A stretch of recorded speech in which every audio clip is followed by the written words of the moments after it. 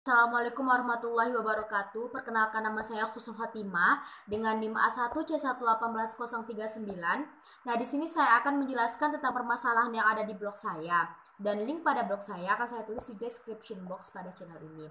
Lanjut ke permasalahan pertama, langsung saja. Mengapa anhidrida asam tidak dapat dibuat langsung melalui asam karboksilat induknya, melainkan pembuatannya itu dibuat dari derivat asam karboksilat yang lebih reaktif? Nah, alasan saya mengambil permasalahan ini dikarenakan menurut logika saya pada pembuatan suatu asam karboksilat pasti lebih efektif untuk membuat langsung dari asam karboksilat induknya sehingga didapatlah anhidrida asam. Namun di literatur yang tertera itu bahwasanya pembuatannya itu harus dibuat dari turunan asam karboksilat yang lebih reaktif. Nah, dengan alasan itulah sehingga muncul permasalahan saya.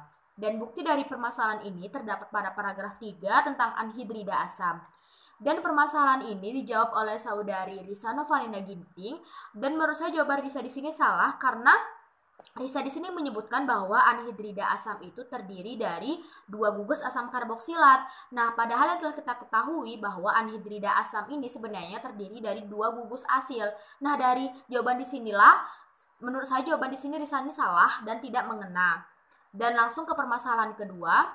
Dikatakan pada reaksi amida, contohnya yakni hidrolisis, bahwasanya amida di sini sangatlah tahan terhadap hidrolisis. Namun dengan adanya asam atau basa pekat, maka hidrolisis ini dapat terjadi menghasilkan asam karboksilat. Lalu keadaannya bagaimanakah suatu amida akan tahan terhadap hidrolisis?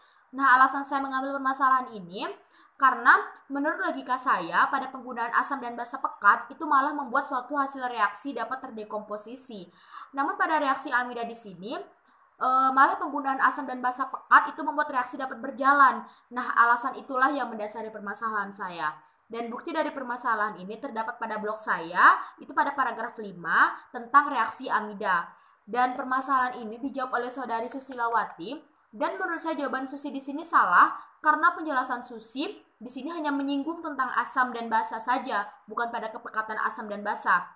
Dan jawaban Susi di sini berbelit-belit sekali sehingga menurut saya jawaban Susi di sini kurang mengena. Dan lanjut ke permasalahan ketiga, dikatakan bahwasanya semua derivat asam karboksilat itu mengandung gugus asil RCO- kecuali nitril. Nah, dengan adanya perbedaan tersebut, maka apakah sih yang membedakan senyawa nitril ini dibandingkan dengan senyawa derivat asam karboksilat lainnya?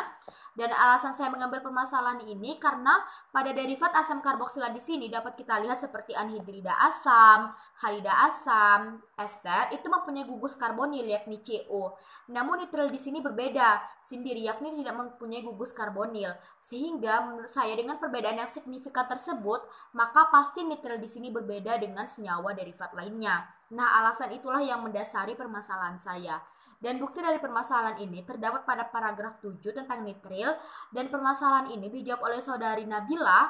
Menurut saya jawaban Nabila di sini salah karena Nabila di sini hanya menjelaskan tentang pengaruhnya terhadap bentuk rangkapnya saja, yakni di sini Nabila menjelaskan bahwasanya nitril mempunyai 3 rangkap. Sedangkan menurut saya ada banyak sekali perbedaan yang mendasari seperti kereaktifan, kepolaran, ataupun kelarutan. Yang mana dengan perbedaan tersebut membandingkan senyawa nitril dengan senyawa derivat asam karboksilat lainnya. Sehingga sekian itulah permasalahan yang sudah saya sebutkan. Saya akhiri dengan wabillahi taufiq wal hidayah. Wassalamualaikum warahmatullahi wabarakatuh.